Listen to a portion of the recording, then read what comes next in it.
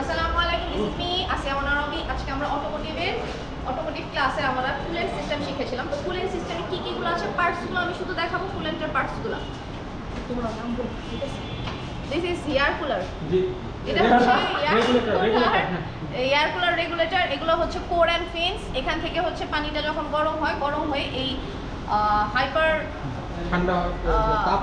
তাপ শোষণ করে নিয়ে এই পানিটা যখন নিচের দিকে আবার লোয়ার ট্যাঙ্ক দিয়ে এসে আবার হচ্ছে এই পানিটা রিসাইকেলিং হচ্ছে। মানে আমি এগুলো জানি না। আর এটা হচ্ছে কুলিং ফ্যান, কোর্স ফিন্স। তারপর এটা হচ্ছে আমাদের ইঞ্জিন। এখান দিয়ে ইঞ্জিন অয়েলিং করতে হবে। এগুলো হচ্ছে ডিস্ট্রিবিউটর। তারপর রেডিয়েটর প্রেসার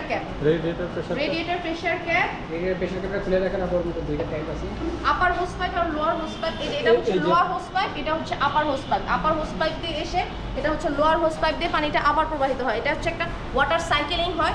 উপর দিয়ে একবার আসবে গরম পানিটা, নিচ দিয়ে যখন পড়বে কুলিং হয়ে আবার হচ্ছে আবার যাবে ইঞ্জিনে। এভাবে হচ্ছে এই সাইকেলটা বজায় থাকে।